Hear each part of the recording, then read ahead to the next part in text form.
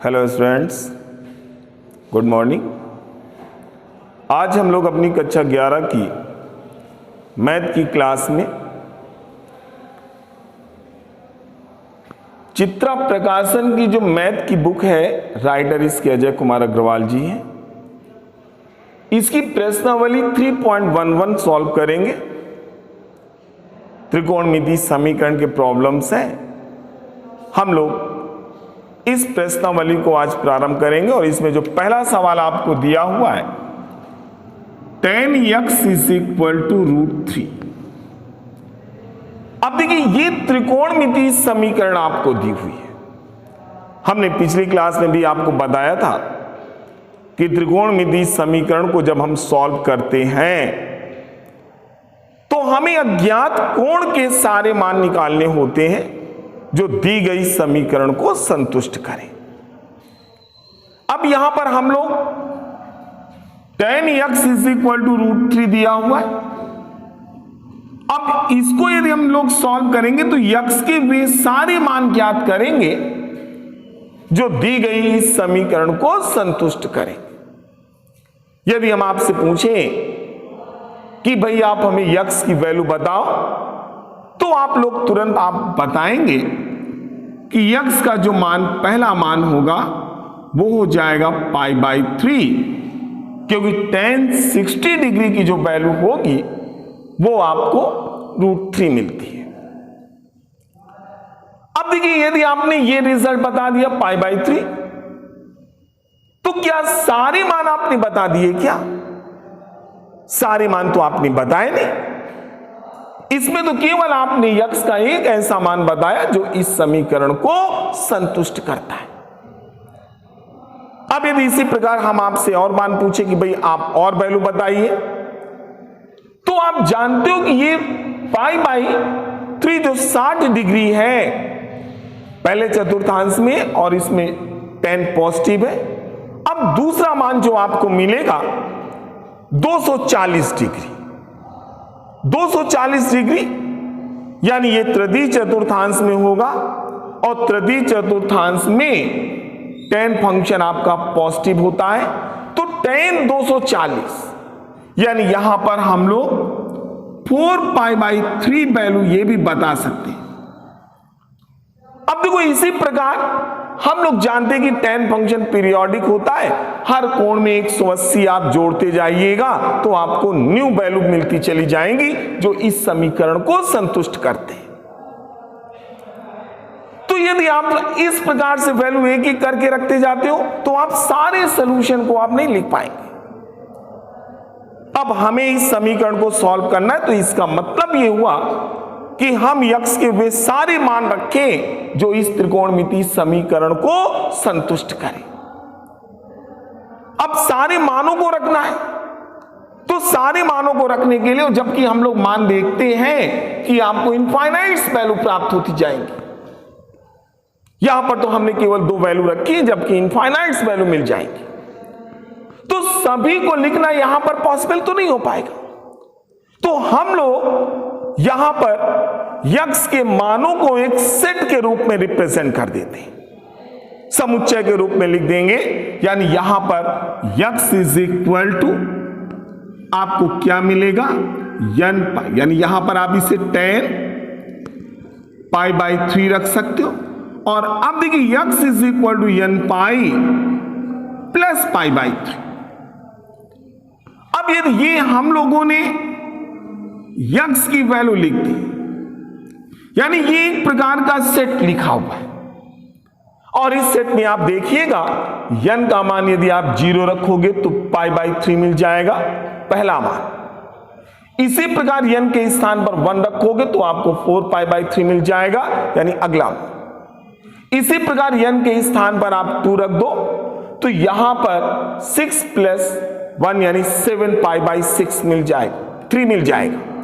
तो इस प्रकार से n के आप डिफरेंट मान रखना चालू कर दोगे तो वहां पर हम लोगों को x के वे सारे मान मिलते जाएंगे जो दी गई त्रिकोणमिति समीकरण को संतुष्ट करते हैं। तो यहां पर यदि आप कहते हो, जब भी आपने पढ़ा होगा त्रिकोणमिति समीकरण, तो आपसे कहा जाता है कि व्यापक मान ज्ञात करना है। तो व्यापक मान का मतलब ये जो आप वैल्यू रखते हो तो ये एक प्रकार का सेट है, ये एक प्रकार का सेट लिखा हुआ है। और याद रखिएगा इस सेट में किसी भी एलिमेंट की वैल्यू रिपीट नहीं होनी चाहिए, ना तो किसी वैल्यू कोई भी वैल्यू रिपीट होनी चाहिए और ना ही कोई वैल्यू मिस होनी चाहिए। वही इस त्रिकोणमितीय समीकरण का परफेक्ट सॉल्यूशन हो जाएगा। अब देखिए इसके बाद हम लोग यहीं पर एक और सवाल अपना इसी का सेकंड पार्ट लेकर चलते हैं और इसमें sec x is equal to 2 दिया हुआ है। अब देखो sec x की वैल्यू 2 है तो यहां से आप cos x की वैल्यू निकाल दो तो cos x is equal to 1/2 मिल जाएगा। और यहां पर 1/2 ये हम लोग देखते हैं वैल्यू -1 से बड़ी है और 1 से छोटी है। तो जो cos वाली त्रिकोणमितीय समीकरण मैंने आपको पढ़ाई थी उसका चौथा केस याद करिए, जब आपने a का मान -1 से बड़ा और 1 से छोटा माना था तब आपने देखा था कि cos theta is equal to cos alpha त्रिकोणमितीय समीकरण आपकी बनी थी और तब आप उसको सॉल्व करके यानी उसमें जो भी x का मान या थीटा का मान आपने निकाल के रखा था। तो यहां पर 1/2 हम लोग जानते हैं ये cos π/3 का मान होता है और अब आप x की वैल्यू निकालोगे 2n पाई प्लस माइनस π/3। तो यहां पर एक बात ध्यान रखिएगा कि ये एक प्रकार की जो आप वैल्यू निकालते हैं तो ये एक सेट रखा हुआ है। अब n के आप डिफरेंट मान इसमें रखना चालू कर दो, पूर्णांक वैल्यू रखेंगे आप 0 +1 -1 +2 -2 तो आपको x के वे सारे मान आपको मिलते जाएंगे जो इस समीकरण को संतुष्ट करते हैं। ये दोनों समीकरणें आपको समझ में आ गई होंगी। आगे बढ़ते हैं।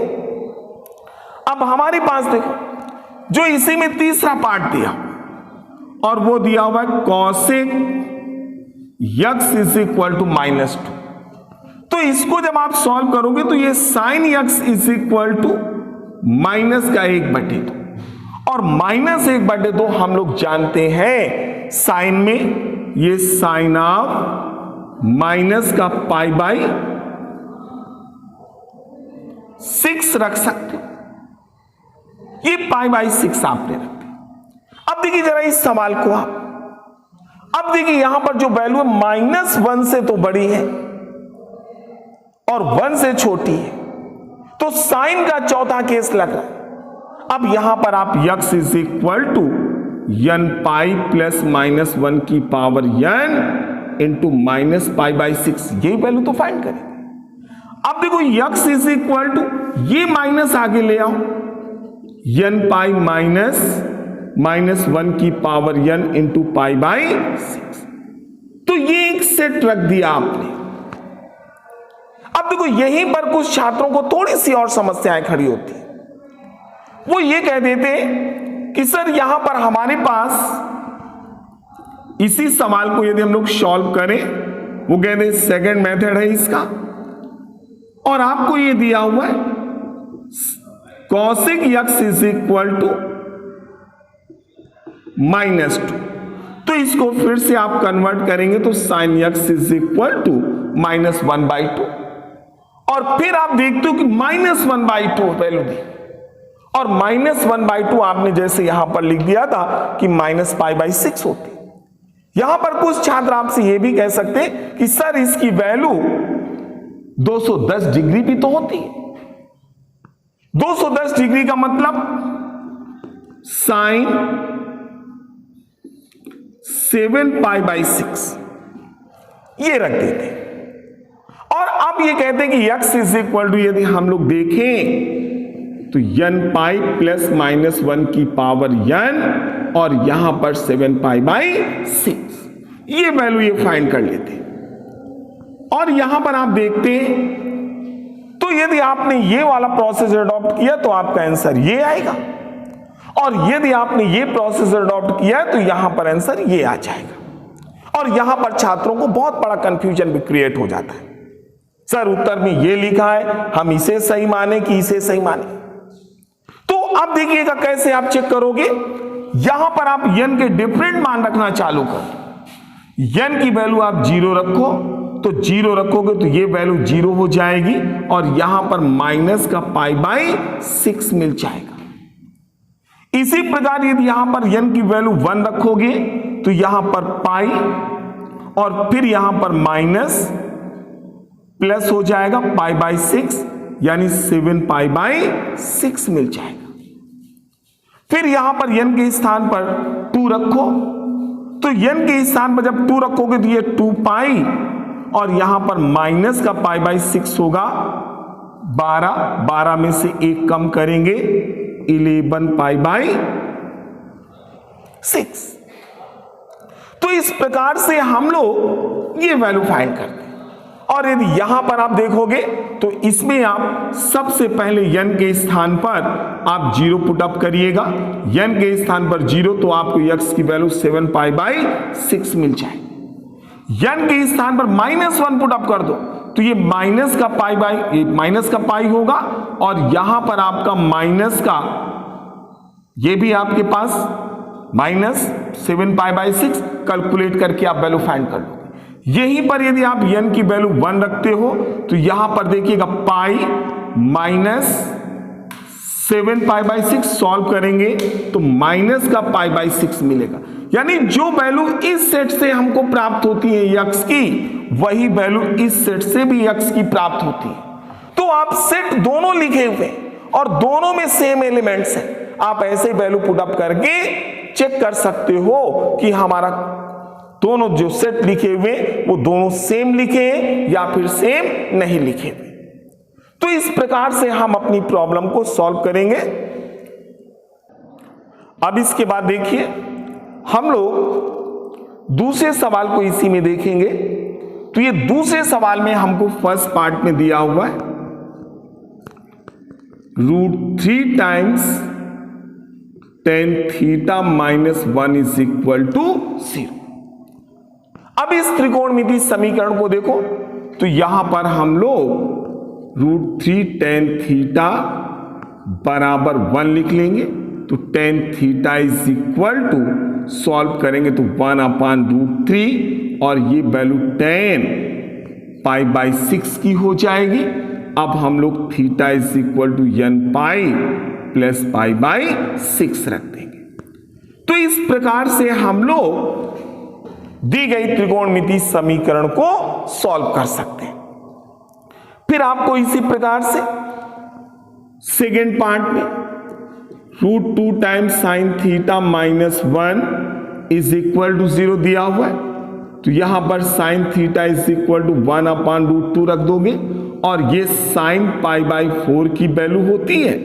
तो यहां पर आप theta is equal to nπ देखिएगा, जो वैल्यू आपको मिले -1 से बड़ी और 1 से छोटी, यानी साइन में जो हमने आपको पढ़ाया था साइन वाली त्रिकोणमिति समीकरण उसका चौथा रो।